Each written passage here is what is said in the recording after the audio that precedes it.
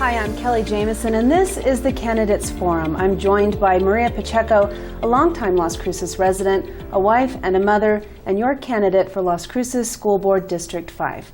Hi, thank you so much for joining us, Maria. Thank you for being here. You and I have known each other for an awfully long time, but for people joining in who might not know Maria Pacheco, give us a quick introduction. Well, I have lived here for the last 25 years. I'm married to my husband, Steve Pacheco. We have one son, Gabriel. I'm a business owner, have been for the last 25 years here in the community, and I have been an active and avid volunteer in several wonderful organizations for the school and for the community, serving on the Las Cruces Public School Foundation Board, Junior League of Las Cruces, where we met, and PTOs all through my son's years at school, and booster clubs when he was in high school. So lots and lots of experience helping and raising money for the community. Absolutely. I've seen firsthand that when causes succeed, it's usually because Maria's behind them. Thank you. Before we get into some of the more specific questions, you're running for School Board District 5. Where exactly is District 5? District 5 is basically from Roadrunner East. It's north of Lowman, and it has some of off 70, it has some of the north side of 70 towards Roadrunner, but as it widens as it gets closer and goes all the way to White Sands. So all the way to White Sands. It's over 24,000 voters in that district, so it's a big community. It's a big community, and for people listening to this, if you are in those areas, this is your candidate for District 5. We talked a lot about the involvement that you've had in the community, how deeply passionate you've been for children's causes in Las Cruces and Doña Ana County. How have those positions sort of positioned you for this endeavor to run for school board candidate? What was it that prompted you to do this? Well, there was a lot of little prompts that got me involved in running for school board, but I do feel that I'm very prepared. Having been involved in the community for the last 25 years in different capacities, president of different organizations and serving as board members on larger foundations, I do feel like I have a good foundation and a lot to offer the school board in the district. You know, I have been involved for 25 years and never sought public office before. So obviously something this last year kind of pushed me a little bit towards running for the board, and obviously some big changes school district-wide, because we have 10 people basically running for 2 school board positions. Last election there were 3 people running for 2 school board positions.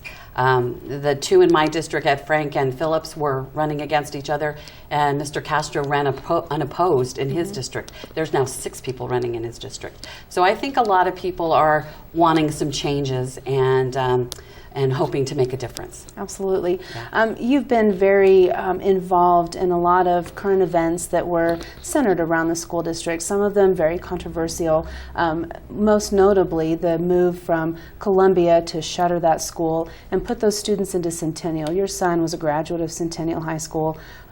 You didn't necessarily have a dog in the fight, as some people would say, but that sort of catapulted your position into the public spotlight. You might not have chosen it, but it chose you. Talk a little bit about what you were hearing from teachers, faculty, and parents when that move happened, and why you got involved in the first place. Well, initially, so when the Columbia, they discovered mold and they had to get the kiddos out of there and move them to Centennial.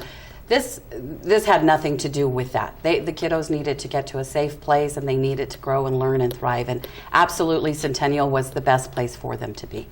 The problems came after the fact of when they were discussing how to move forward with what to do with the Columbia children, the Columbia students and faculty, and the property. So that is kind of where our involvement got kind of sticky with the district, because the community, the school board was very involved with talking to the Columbia community and how to move forward and what to do with that community, but they didn't include the Centennial community in that process. So when everything was said and done, the Centennial community thought that the kiddos were going to be there for a short period of time, and then at another time move forward to another facility or redistrict the kids or something like that. When it was determined that the kiddos would stay at Centennial, that they were going to tear down Columbia, the kids were going to stay at Centennial for the next 4 years. Right. That is kind of when the Centennial parents and community were like, wait a minute, what happened here? And they were sort of left in the dark. You said before, you've been very critical of former Superintendent Greg Ewing, and a lot of that had to do with lack of communication. Oh, for sure. Talk a little bit about how you tried to foster that communication and give a voice to those teachers and parents that were sort of left out of that choice. So what happened is, during the discussions on what to do with the Columbia community, the Centennial community did not really get involved with that because they actually thought they were working on what to do with the kids moving forward. Sure. They didn't realize that the discussions were actually about keeping the kids at Centennial.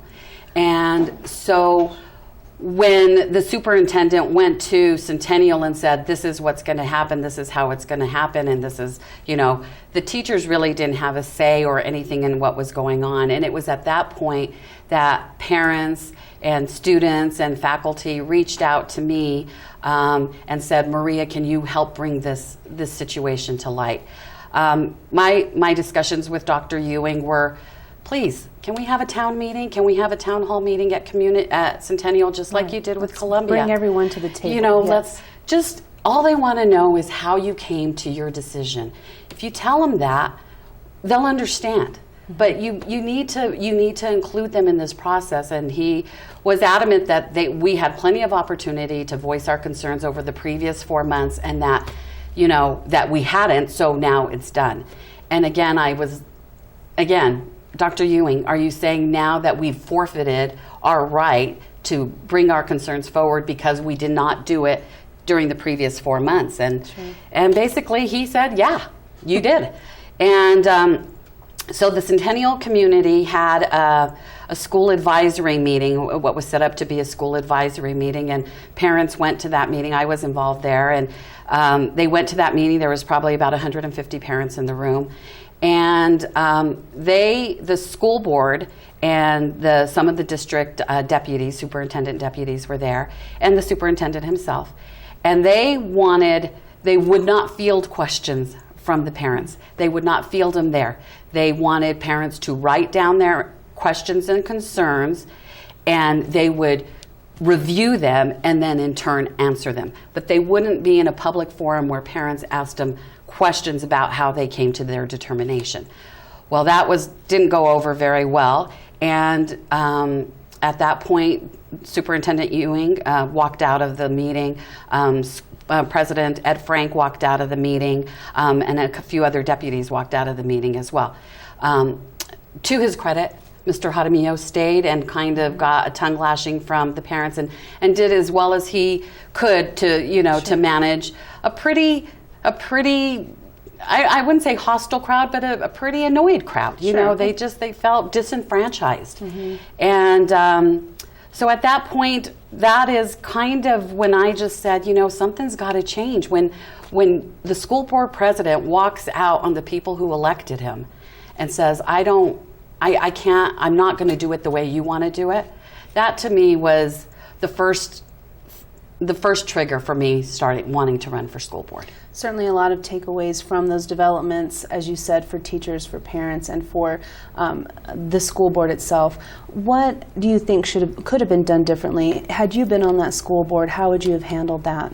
Well, for starters, you just got to, it's a simple communication breakdown.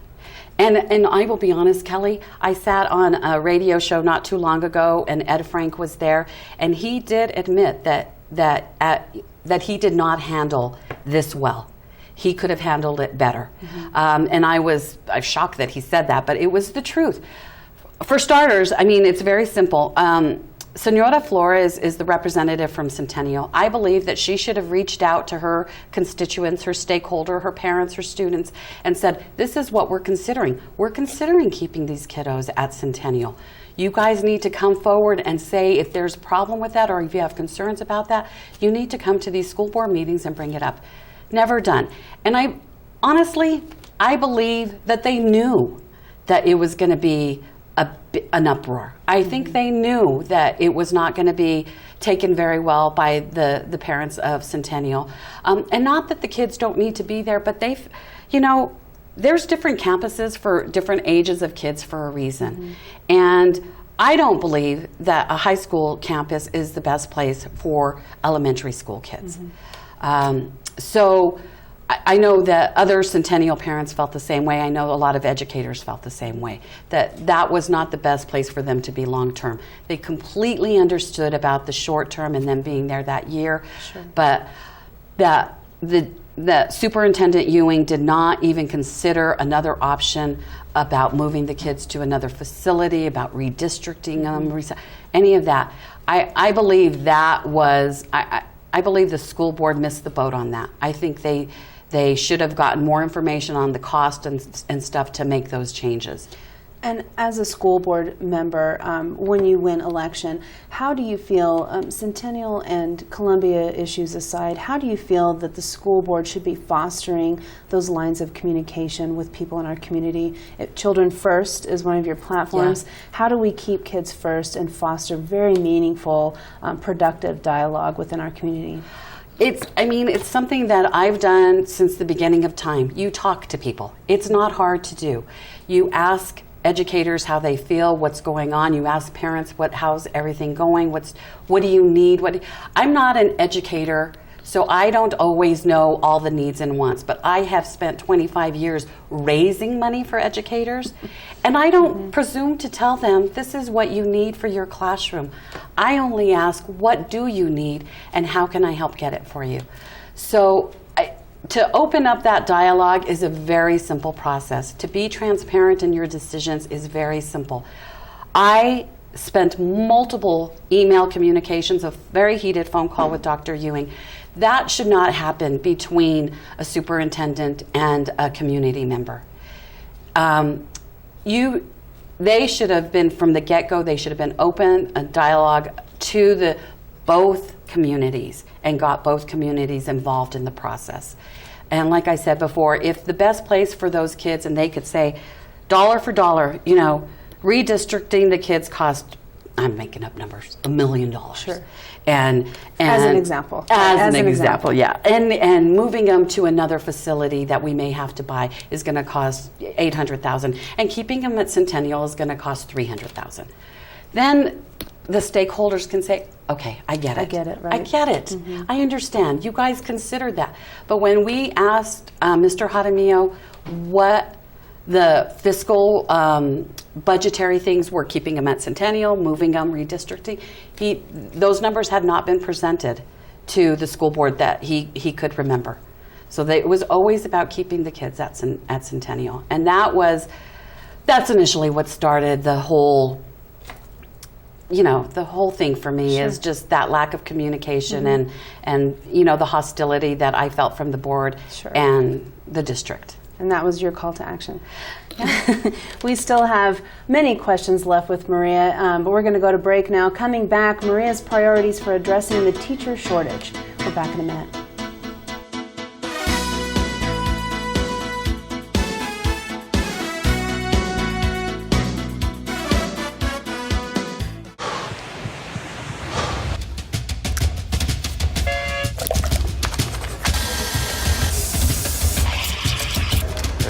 So great, you do all these different gears in the clan. Okay. Nice. Guys, not all.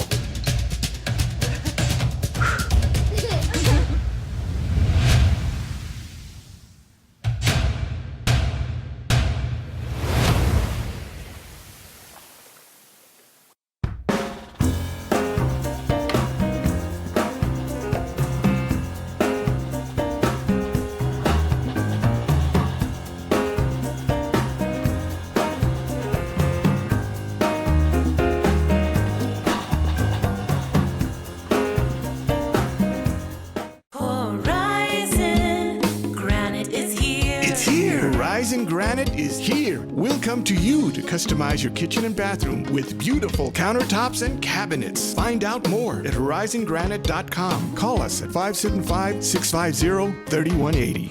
Horizon Granite is here. It's here. Make yourself a beautiful home. Hi, I'm Ray Bamberg with Here on Earth. I would like to invite you for a free hearing evaluation to our office. We've been here in southern New Mexico for 34 years helping people hear better.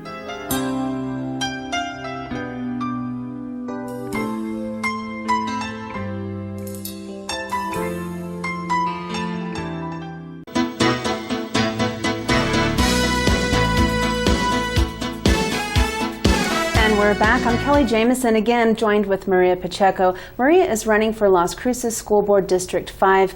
Before the break, we were talking about one of your platforms is board transparency, how you hope to open the lines of communication with the school board and the community. Another thing that you're pretty passionate about, and I'm sure a lot of teachers working with you would agree, is you really try to be a champion for teachers and, again, give them the tools that they need. But the district, no secrets here, has suffered from teacher shortage. As a school board member, what are some of your priorities for the district, and how can the board help to bridge the gap with the teacher shortage? Well, I think New Mexico-wise, and certainly district-wise, it's difficult because we need to give our teachers the resources that they need to be successful teaching our students. I believe that we have a teacher shortage because we are not compensating our teachers as well as we could be. These teachers, I have always believed that, you know, they're our rock stars, and we really we need to pay them as such. They do. It's certainly a calling to be in that profession, and I know I couldn't do it, and I certainly appreciate everything that they do for our kiddos. So I think initially addressing the shortage would be to increase teacher salaries. I believe that we're a little bit top-heavy on administration, and I think we need to put more resources back into the teachers, back into the teacher salary, back into the classrooms, and even the resources as far as educational assistants and the extra staff needed to help these students be successful. I think that's, and as a school board member, we do oversee budget. I don't oversee hiring and, you know, things like that. That is tasked to the superintendent, but budget is one of our big concerns, and I definitely think that would be a great place to start, is to put the resources back into the schools. Think New Mexico is a nonpartisan think tank who recently put some numbers together that showed there was a correlation between funding, and that the percentage of funding that goes into the classroom is directly related to student performance. Knowing that, does it change your priorities at all for how you would oversee the budget and the money that goes into the classroom? I think it just backs it up right there. Is just, you know, it's just like, here you go. It makes sense. You know, if you have all the resources that you need to teach your students to be successful in the classroom, then it's a huge advantage. Breaks my heart sometimes when I see teachers posting lists on Amazon and other things. Help me put supplies in my classroom, and they're basic things, but they're things that they need. It saddens me that the district does not have all the resources to give the teachers the tools that they need to be successful. So definitely a great place to start and make those things happen for our students and our teachers.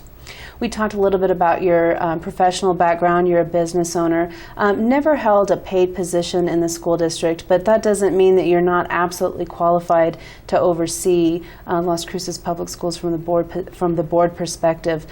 Talk a little bit about the specific experience you had in the schools and the fundraisers that you did to try to bring money into the schools and help those teachers and athletes out. Well, I've always been a champion of students, women, children, people, you know. So prior to my son going into school, I worked with Junior League and other nonprofits, helping families in need, and ultimately students as well. But once he got into elementary school, you kind of focus on the PTOs and the PTAs of those times. fundraisers, jogathons, whatever selling candy bars and the works. So I've always championed myself to be an organizer of those events and have done really well. I'm proud to say that, with my association, I didn't write a check for these things. So but being involved with these organizations, on a conservative side, I raised probably, with my help, about $750,000 for students and teachers in this community. And that's a conservative number. That is a conservative number. That's quite a bit of money. But and like I said, I never told the school what they needed. They always told me. When we were in junior league, we had a project that we started called mini grants for teachers, and it started off small, $5 to $100, and teachers could apply for mini grants. We in turn turned that over to the Las Cruces Public Schools Foundation. They still do it. They are still doing that. When I started with PTOs in middle school and then again at Centennial, I started the mini grant program from funds that we would raise at those individual schools to give the teachers at those schools the funds that they needed to be successful. Additional funds, so if they wanted to do a sensory garden or needed things for for bilingual students, earphones and that's stuff that we did. Simple things. Sometimes we funded Scrabble games. It's like, again, I want to give them the tools that they think they need to make their kids successful. Sometimes those simple things lead to much bigger accomplishments. That's right. During the break, we were talking about the just extremely shocking number of people that turned out the last election when we were electing school board members. In your district alone, there are 25,000 registered voters. That is correct. And in the last election, what was the turnout? Less 1,000. Less than 1,000 voters at the last school board election. That's disappointing. That is, this time it's going to be with the general election with the mayors. So it might be I hope to goodness it's going to be a bigger turnout. But what we really need to do, people, is we need to get out there and vote. We really do. And if you're exercising your right and privilege to vote, I certainly appreciate that you vote for me. But if not, get out and vote. Just, get out and make your voice be heard, because that is what's lacking in our school board right now is our community having a voice. I was going to ask you to talk to voters. For the people that don't have children in the district that might think that they don't necessarily have a voice in who's on their school board, talk to the voter that needs to go out and vote. What are the most pressing issues right now that our board is facing? Well, there's a lot of things going on. I think fiscal responsibility, there's a lot of things going on. Trailing back a little bit to the Columbia, they're wanting to rebuild Columbia. There's an engineer's report that says maybe they don't have to rebuild Columbia. But there's a lot of money that's on the table right now that needs to be, and it's our money. It's taxpayer money. So, even if you don't have a child in the public schools, you do have a say in what happens to the money that is coming from your taxes and how it's being used in our schools. So it is important to get out and vote and to make your voice be heard by your vote.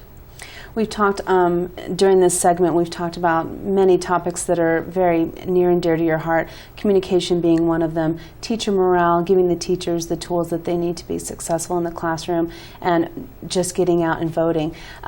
Hypothetically speaking, it's your first day on the job, and let's point it out, this isn't a paid position, correct? No. You're not doing this for any kind of financial gain. This is strictly because you love the school district and you want to see this district succeed. It's your first day on the job, your first school board meeting. What is your number one priority as a new school board member? I think my number one priority would be to introduce myself and open up a line of communication with the people that voted for me, and to remind them that even though I'm elected from District 5, I represent all the students of the school district. My vote does just not count towards District 5. It counts towards all of our babies, all of our students. And that's what's important, because I will make decisions based on every student, not just the people in my district. And I will make decisions that are informed. I don't ever claim to know everything. God help me. No, I don't. But I do not ever claim to know anything, but I promise this, that if I don't know the answers, I will find it out, and I will ask questions to make sure that the vote that I give is informed. That is my promise to these people, and that my my door is always open for them to come talk to me, ask questions, good, bad, or indifferent. That's how you are successful. You keep the lines of communication open. That's how I've raised hundreds of thousands of dollars, because people can trust that I'm going to do the right thing. I've seen it myself. If there's ever a cause that needs to be championed and you're behind it, definitely it's a recipe for success. Thanks. You've had a lot of questions thrown at you. Any question that has been asked either in the community or in this forum that maybe you didn't have a chance to answer, a question that hasn't been asked that you feel is very important to answer right now? I feel that sometimes I'm asked questions that, what will I do about this, or what will I do about that? And sometimes I have to remind myself and the people that I'm visiting with that that question or that concern may be out of the purview of the school board member. I'm asked a lot about testing and community schools and that kind of thing. And a lot of that stuff is determined statewide. Not at the board level. Not at the board level. But I would definitely say to those people that if it's not a board level concern, that I, as a board member, if it needs for me to be involved at a state level or lobbying or something like that in that area, that's not something that I'm not afraid of. I could talk to people, but sometimes it's not in my lane. Sometimes you got to stay in your lane, and I think that might be some of the problem that's happening with the school board right now. Some of the concerns that we hear coming down is that sometimes they forget to stay in their lane. In their lane. I'll stay in my lane. I'll do what I can, but. Well, it has been an absolute pleasure visiting with you today. You have several very valid reasons for running for school board, and certainly a lot of reasons people need to vote for you. Maria Pacheco, again, running for Las Cruces School Board in District 5.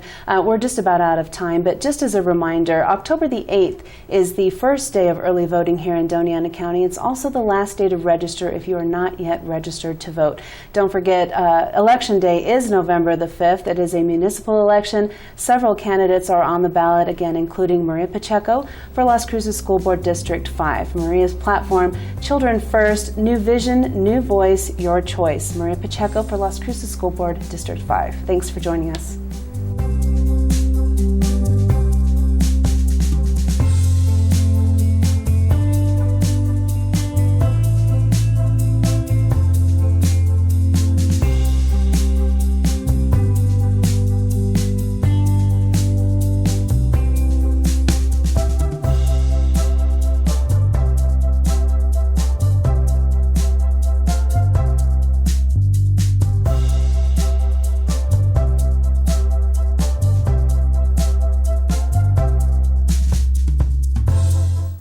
I'm Maria Pacheco, and I approve this message. Patty Olson, Treasurer.